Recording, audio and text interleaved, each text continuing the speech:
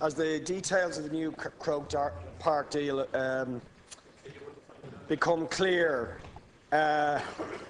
it's evident that this government is going to continue its vendetta against low and middle income public sector workers. Workers who've seen between 15 and 20% of their income cut over recent years, with levies, with the universal social charge, who've given up €1.5 billion in savings, shed thousands of jobs in the public sector and seen their pensions cut.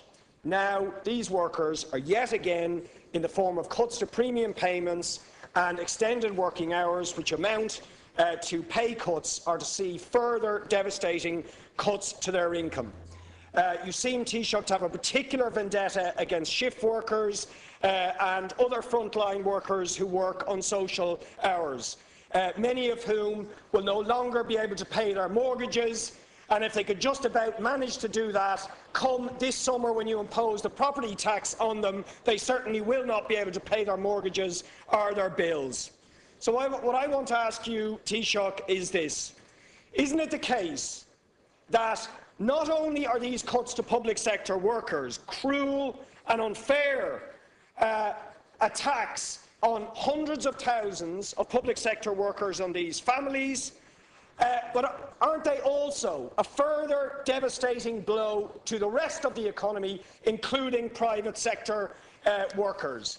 Because in all the narrative we get about this from the media and elsewhere, there's a suggestion that somehow the private sector will benefit from the axe being taken to the public sector.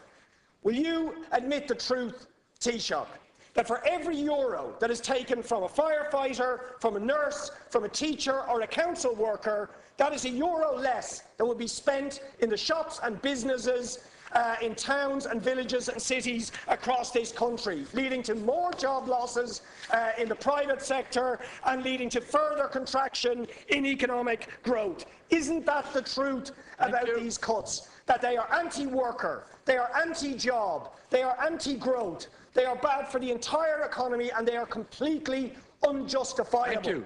And will you back off and impose the burden of this crisis on the corporations, who you won't even impose a slightly extra bit of tax, or on the very wealthy earning in excess of €100,000 a year? Go after those who can afford it, not the same targets again and again.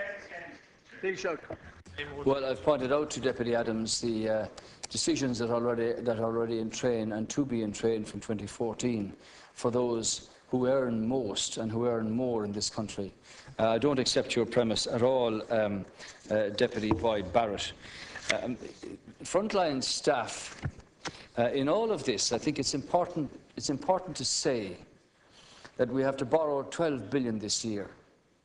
The deficit that we have is not going to fix itself unless we all contribute to that. And 1/3 of the requirement comes here from the public sector.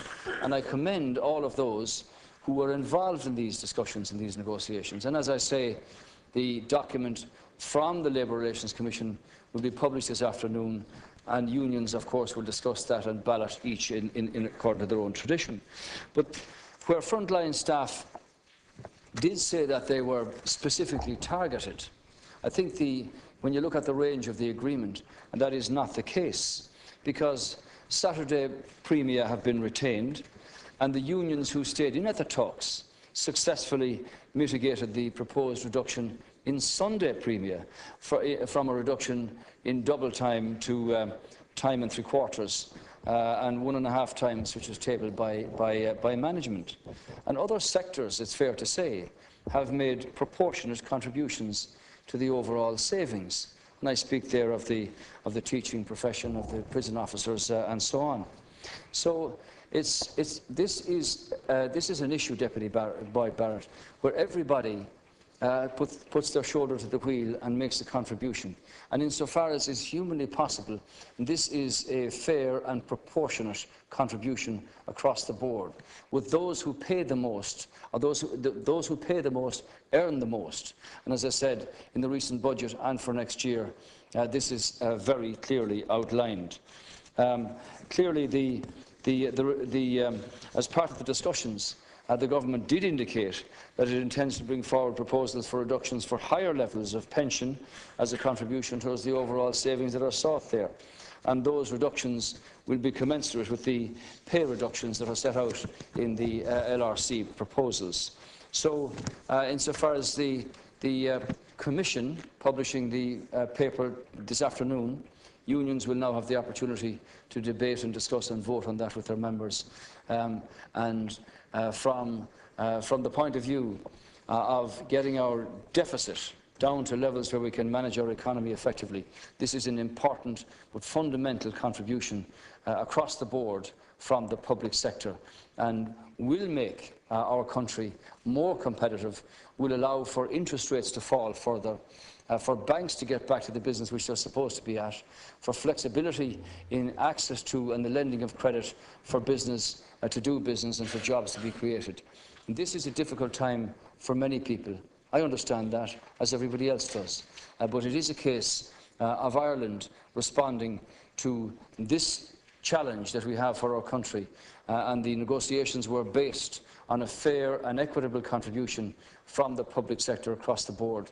And obviously the unions will now have the opportunity to debate, discuss and vote on that. Barrett, 1 minute. Thank you. Taoiseach, isn't it the oldest negotiating trick in the world to start negotiations by demanding the absolutely unmanageable and then fall back with a few concessions and try and present that as being palatable? No doubt that is a negotiating trick the former trade union officials, such as Deputy Rabbitt and Taoiseach Gilmore, taught you from their days in the trade union movement. But isn't the reality that nurses, firefighters and other frontline public sector workers are going to lose another up to 8% in their pay? How are they expected to sustain that? And please, Taoiseach, will you tell the truth about why these cuts are being imposed? When you say we have to borrow 12 billion this year, will you inform the public that 9 billion of that is in interest repayments on debts that are not ours?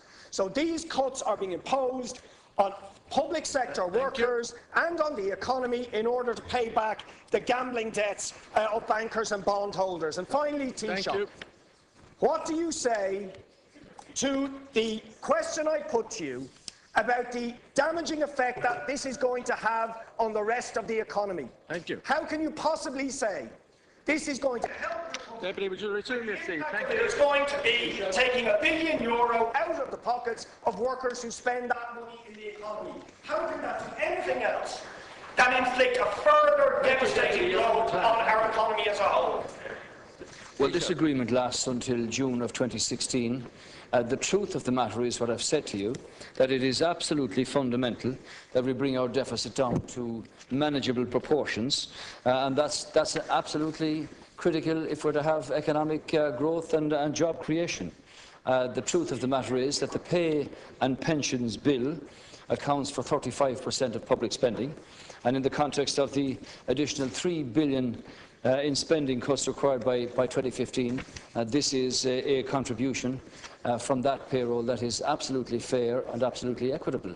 And it is in that context that these most extensive negotiations took place over the past number of months. And it wasn't just over last weekend that they came to a conclusion and to a head. The only alternative, which is also the truth, would be to cut services and investment even more deeply, and this is simply not acceptable. This is simply not acceptable. As you know, government did not increase income tax, and public sector workers themselves fully understand the necessity to protect frontline services, and the changes that have been made by the unions that stayed in at those talks actually have made very progressive changes to what was originally tabled. Thank you. And from that point of view, the document will be published in detail later this afternoon. Thank you. That completes Leaders' questions.